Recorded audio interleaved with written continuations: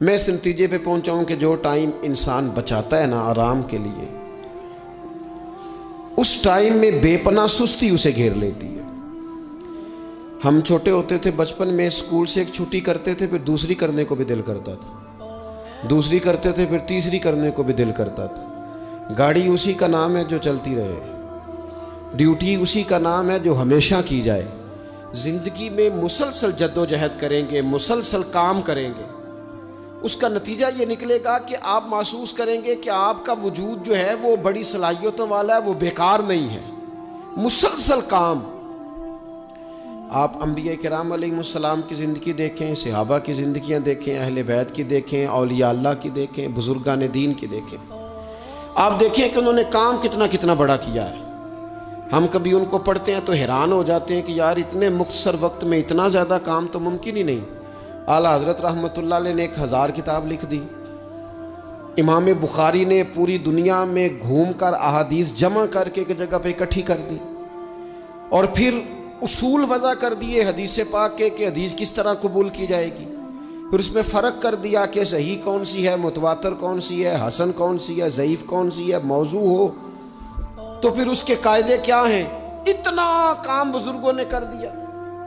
جد و جہد تھی زندگی میں، مسلسل ڈیوٹی کرتے تھے۔ جب مسلسل کام کرتے ہیں نا، نبی پاک صلی اللہ تعالیٰ علیہ وسلم نے فرمایا جو آدمی محنت کرے، کوشش کرے اور شام کو تھک کے سو جائے، اللہ اس کے پچھلے گناہوں کو معاف فرما دے گا۔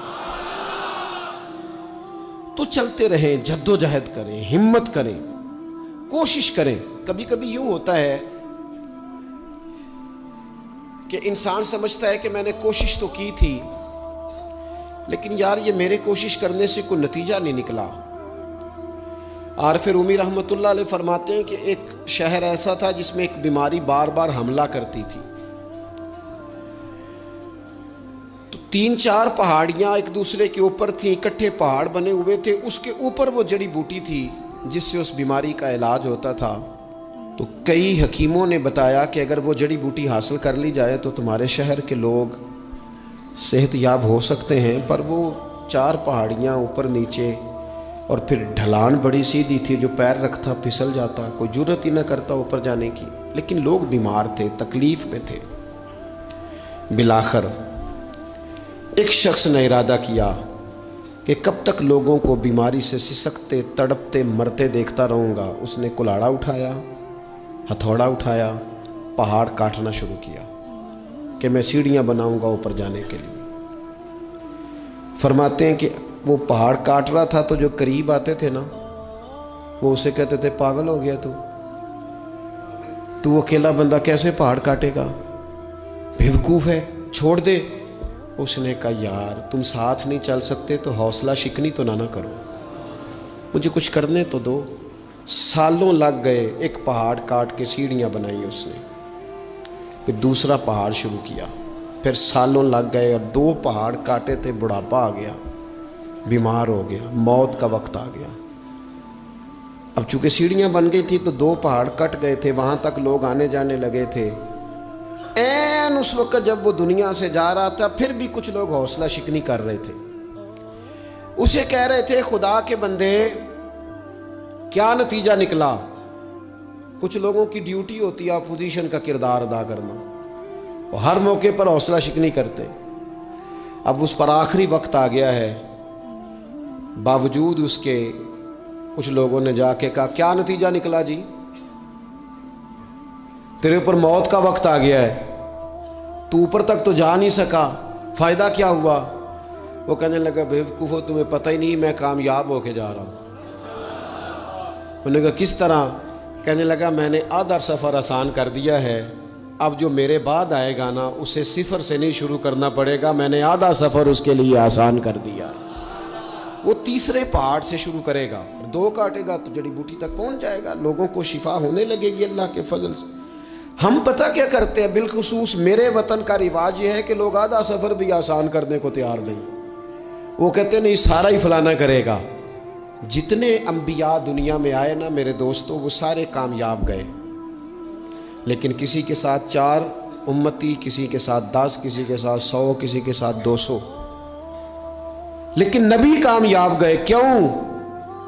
کہ اللہ تعالیٰ نے جو ان کے ذمے ڈیوٹی لگائی تھی وہ ڈیوٹی انہوں نے پوری ذمہ داری سے سر انجام دی ہے۔